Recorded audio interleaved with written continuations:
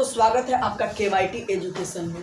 तो कल हम डे फर्स्ट का वीडियो लेकर आए थे। आज है डे 2 यानी दूसरे दिन का वीडियो है। ये क्लास है हमारा 10th। तो कल क्लास 10th में के डे फर्स्ट के वीडियो में हम आप लोगों को बताए थे कि क्लास 10th में कौन कौन से सब्जेक्ट पढ़ना है और किस सब्जेक्ट से हम बताए थे कि क्लास 10th और 12th का क्रैश कोर्स होगा। तो क्रैश कोर्स में हम पूरी की पूरी जानकारी और पूरे नोट्स के साथ सब चीज़ की तैयारी हम आप लोगों के साथ साथ कराएंगे। तो क्लास 10th में कल मैंने बताया था कि किस सब्जेक्ट से कितने चैप्टर का कितने सारे चैप्टर से मतलब कितने मार्क्स का क्वेश्चन आता है। तो सारे मार्क्स का मैंने डिस्ट्रीब्यूशन का वीडियो कल बनाया था। डे फर्स्ट के वीडियो में बताया था कि किस चैप्टर से कितने मार्क्स का क्वेश्चन आता है। और उसमें मैंने क्लास 10th के सबसे पहले बोला था कि गणित का हम स्टार्ट करेंगे। किस चीज़ का स्टार्ट करेंगे? गणित का। तो गणित में भी हम सबसे पहला चैप्टर जो बोले थे वो है त्रिकोणमितीय अनुपात। क्या है? त्रिकोणमितीय अनुपात। त्रिकोणमितीय अनुपात एंड ऊंचाई और दूरी। ऊंचाई और दूरी, ये पहला चैप्टर किताब में नहीं है। ये 8वां कि 9वां चैप्टर है। तो आप लोग क्या कीजिएगा कि ये पहला टॉपिक, इससे संबंधित क्वेश्चन आता है हमारा 20 मार्क्स का। कितने मार्क्स का? 20 मार्क्स का। तो हम पूरे के पूरे टोटली जोड़ जाड़ के पढ़ेंगे कि ये 20 मार्क्स से खत्म होगा। उसके बाद कोई चैप्टर स्टार्ट करेंगे 10 मार्क्स का, 20 मार्क्स का, ऐसे करके पूरे 100 मार्क्स का हमें मैथ पढ़ना है। तो पहला जो टॉपिक है त्रिकोणमितीय अनुपात, ऊंचाई और दूरी, इस टॉपिक से टोटल मैट्रिक के पेपर में हमारे पूछे जाते हैं 20 मार्क्स के क्वेश्चन। यानी कि जब हम आपको इसको क्लियर कराएंगे तो आपका 20 मार्क्स क्लियर हो जाएगा। तो ये त्रिकोणमितीय अनुपात, ऊंचाई और दूरी 20 मार्क्स में आप ये वीडियो स्टार्ट करने से पहले और देखने से पहले आगे की बात सारे जानने के लिए इस चैनल को सब्सक्राइब कर लीजिए और साथ ही बेल आइकन का बटन भी दबा दीजिएगा। और हाँ, जब भी आप क्लास ले तो वीडियो के कमेंट में अपना नाम और क्लास के साथ डाल दें ताकि हम लोगों को पता चल सके कि किन किन बच्चों ने आज का क्लास लिया है। तो अब स्टार्ट करते हैं ये त्रिकोणमितीय अनुपात। सबसे पहले त्रिकोणमितीय अनुपात और ऊंचाई और दूरी दोनों पढ़ना है। तो सबसे पहले हम स्टार्ट करेंगे त्रिकोणमितीय अनुपात। तो अभी ये दोनों में से मिला के पूछता है हमारा 20 मार्क्स। अभी लेकिन स्टार्ट करते हैं त्रिकोणमितीय अनुपात। अब देखिए, कुछ इसमें वर्डे यूज होते हैं, उसको हम लिखवा दे रहे हैं। मान लीजिए ये त्रिकोणमिति में ऐसा चिन्ह आएगा तो इसको बोलते हैं हम थीटा। क्या बोलेंगे? थीटा। एक होता है समकोण। समकोण का मतलब होता है उसका कोण होना चाहिए 90 डिग्री। कितना होना चाहिए? 90 डिग्री। समकोण का चिन्ह ऐसे होगा, समकोण यानी परपेंडिकुलर यानी लंब होगा। एक आधार होगा उसी पे लंब होगा, तो उसी को हम बोलेंगे समकोण। तो ये हो गया हमारा समकोण। अगला टॉपिक है ये पाई। पाई भी यूज होता है इस चैप्टर में, तो इसको बोलते हैं हम पाई। अब पाई का कुछ अपना मान होता है। पाई का मान एक होता है 22/7, एक मान होता है 3.14 और अगर डिग्री में पूछा जाए तो इसका मान होता है 180 डिग्री। कितना होता है? 180 डिग्री। तो ये कुछ इंपॉर्टेंट चीज़ें थे जो हम आप लोगों को लिखवा रहे हैं। तो ये क्या कीजिएगा, वीडियो को रोक के और आप लोग इसको नोट कर लीजिएगा। इसको क्या बोलते हैं? थीटा। इसको बोलते हैं समकोण। समकोण का मतलब होता है 90 डिग्री। समकोण का चिन्ह ऐसे होता है, एकदम इधर से सीधा इधर से सीधा। ठीक है। और अगला है पाई। इसको बोलते हैं हम क्या बोलते हैं? पाई। पाई का अब 3 मान होता है। ठीक है। एक 22/7, एक होता है 3.14 और डिग्री में अगर बोला जाए तो पाई का मान होता है 180 डिग्री। अब देखिए यहीं पे एक और वर्ड है हमारा लंब। क्या है? लंब, जिसको हम अंग्रेजी में बोलते हैं परपेंडिकुलर। क्या बोलते हैं? परपेंडिकुलर। अब इसको हम लोग ये पी से सूचित करते हैं। किससे सूचित करते हैं? पी से। दूसरा है आधार। आधार, इसको अंग्रेजी में बोलते हैं हम बेस। अब इसको भी सूचित हम बी से करते हैं। यानी कि परपेंडिकुलर का स्पेलिंग पी से स्टार्ट है तो पी से सूचित करते हैं, इसका बी से स्टार्ट है तो बी से सूचित करते हैं। अगला है हमारा कर्ण। क्या है? कर्ण। तो कर्ण का अंग्रेजी होता है हाइपोटेनस। हाइपोटेनस, इसको सूचित करते हैं एच से। तो इसको भी आप लोग नोट कर लीजिएगा। फिर से एक बार बता देते हैं, इसको बोलते हैं थीटा, इसको बोलते हैं समकोण, यानी समकोण का मतलब होता है 90 डिग्री। पाई, इसको बोलते हैं पाई। पाई का मान 3 होता है, एक 22/7, एक 3.14 और 180 डिग्री। जब डिग्री में यूज करना होगा तो 180 डिग्री रखेंगे और बाकी में यूज करना होगा तो 22/7 ही रखेंगे, जब तक वो सवाल में बोले नहीं कि 3.14 रखिए। तो जब जहाँ जैसे जरूरत पड़ेगी उसकी मान रखेंगे। अगला है लंब। लंब को परपेंडिकुलर अंग्रेजी में बोलते हैं, सूचित करते हैं P से। आधार को अंग्रेजी में बेस बोलते हैं, सूचित करते हैं B से। कर्ण, कर्ण को हम हाइपोटेनस अंग्रेजी में बोलते हैं, सूचित करते हैं H से। अब देखिएगा, ये वीडियो को रोक के आप लोग इसको नोट कर लीजिए। इसके बाद अगला टॉपिक है हमारा, इसी में ये पूरा आप लोग डिटेलिंग से लिखते चलिएगा, आपका 1 मार्क्स भी इसमें से कम नहीं होगा, पूरे 20 मार्क्स के 20 मार्क्स इसी में से होंगे। अब है अगला हमारा पॉइंट है इसी में, पाइथागोरस प्रमेय। पाइथागोरस प्रमेय क्या है? पाइथागोरस प्रमेय। तो पाइथागोरस प्रमेय है, इसमें 3 चीजों में संबंध दिखाया जाता है। पाइथागोरस प्रमेय 3 चीजों में संबंध दिखाए थे। एक लंब, अभी जो तीनों हमने नाम लिखा था, लंब, आधार और कर्ण में तीनों में क्या दिखाता है? संबंध दिखाता है।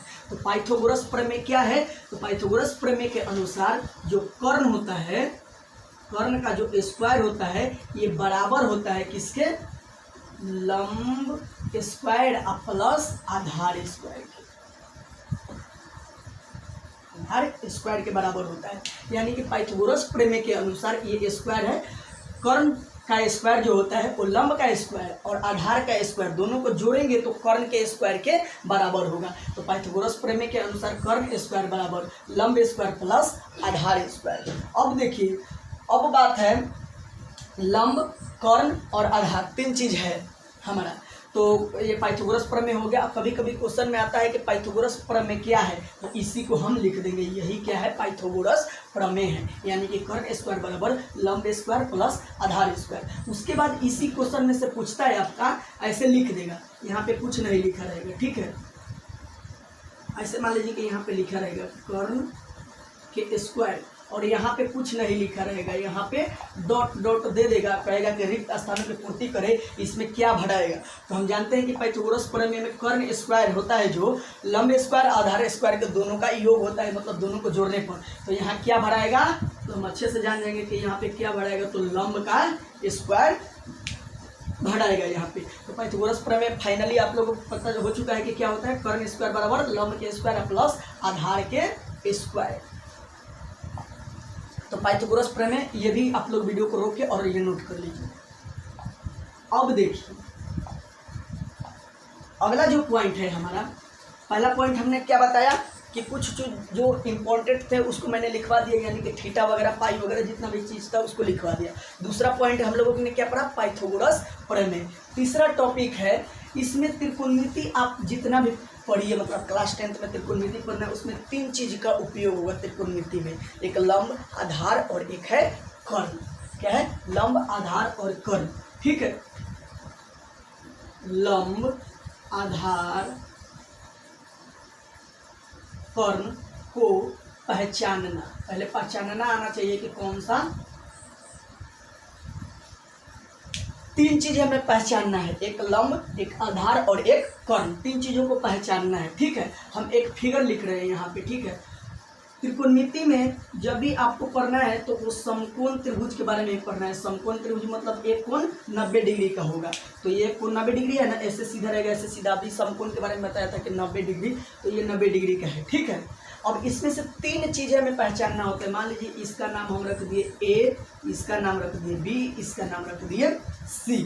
ये है हमारा त्रिभुज। त्रिभुज मतलब त्रि मतलब 3, कोण मतलब कोण। तब 3 कोण किस में होगा? त्रिभुज में ही होगा। तो त्रिभुज में ही 3 कोण का मितीय मतलब माप, 3 कोणों के मापों के बारे में हमें पढ़ना है त्रिकोणमिति में।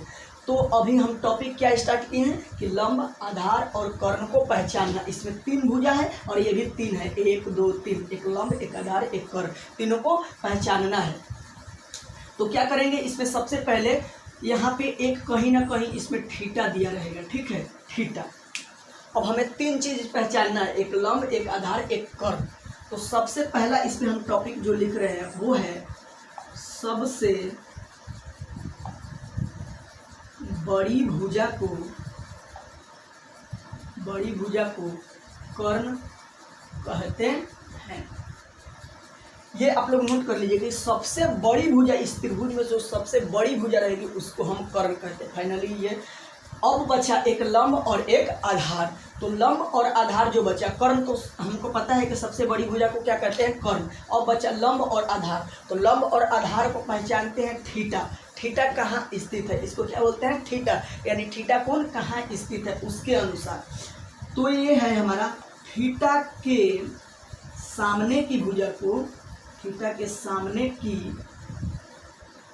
भुजा को लंब कहते हैं। क्या कहते हैं, लंब कहते हैं। दो चीजें मालूम हो गया कि सबसे बड़ी भुजा रहेगा वो फाइनली कर्ण।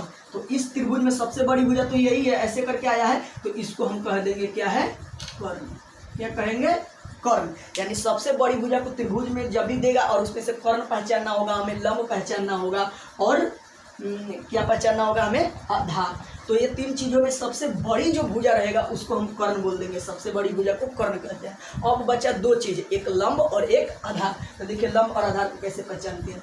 थीटा के सामने की भुजा को क्या कहते हैं, हम लंब कहते हैं। क्या कहते हैं, लंब। तो थीटा देखेंगे कि थीटा स्थित है कहाँ, तो थीटा ये है। तो अब थीटा के सामने कौन पड़ रहा है, ये भुजा पड़ रहा है ना, तो इसको हम बोल देंगे ये लंब है। क्या है, लंब है। यानी थीटा के सामने की जो भुजा रहेगा उसको लंब।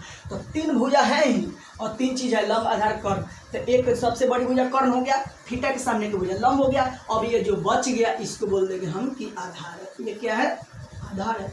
तो पहचानना बिल्कुल आसान है कि जो सबसे बड़ी भुजा होगा वो हमारा कर्ण हो जाएगा और जो थीटा के सामने वाली भुजा पड़ेगी वो लंब हो जाएगा और जो बच जाएगा एक भुजा उसको हम आधार बोल देंगे। तो आया आप लोगों को पहचानने। तो यहाँ पे क्या कीजिएगा कि हमें अब मान लीजिए कि भुजा के अनुसार पहचाना होगा, एक कर्ण, एक लंब और एक आधार। अब तो वहाँ पे जाके हम लिखेंगे नहीं कि इस भुजा को कर्ण कहते हैं। तो कर्ण का भुजा का नाम क्या है, कर्ण यहाँ से यहाँ तक है ना, ए से सी तक। तो कर्ण क्या होगा, ए सी। इस त्रिभुज में ए सी हमारा क्या होगा, कर्ण होगा। लंब क्या होगा, बी सी, बी सी। और जो बच गया आधार ए बी, तो इसको आधार बोलेंगे। ये क्या होगा हमारा, ए भी आधार हो गया। तो आप लोगों को पहचानना आ गया कि सबसे जो बड़ी भुजा रहेगी वो फाइनली कर्ण है। कर्ण को पहचानने आ गया। अब बचा लंब और आधार में झंझट है। तो लंब और आधार को पहचानने के लिए थीटा का डिसाइड करते हैं कि थीटा है कहाँ पे स्थित। तो थीटा हमारा यहाँ पे स्थित है। तो थीटा जहाँ पे रहेगा उसके सामने वाला भुजा हो जाएगा हमारा लंब। तो थीटा के सामने वाला जो भुजा है वो लंब हो गया हमारा, और जो बच जाएगा वो अपने आप आधार हो जाएगा। तो हम दो तीन भुजाओं यहाँ पे लिख रहे हैं। अब आप लोग पहचान के बताइए कौन इसमें लंब है, कौन आधार है, कौन। वीडियो को पीछे करके और वीडियो को ये आप लिख लीजिएगा कि लंब कौन है, आधार कौन है। जितना भी टॉपिक मैंने लिखवाया पहचानने के लिए ये लिख लीजिएगा, अपने नोटबुक में नोट कर लीजिएगा। जब भी आप पढ़ने बैठिए नोटबुक अपना साथ और कलम लेके बैठिएगा, ताकि जो भी मैं इंपॉर्टेंट चीज़ें बताऊँ आप लोग उसको नोट कर सकें। अब देखिए तीन फिगर मैं इसमें दे रहा हूँ। ये है ए बी सी।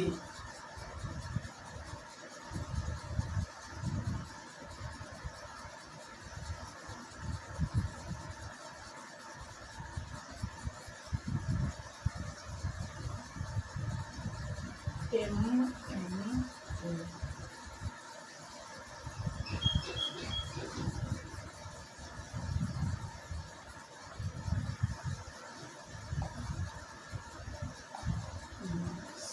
इसमें भी हमें तीन चीजें चुनना है। क्या है, कर्ण, एक है हमारा आधार और एक क्या है, लंब।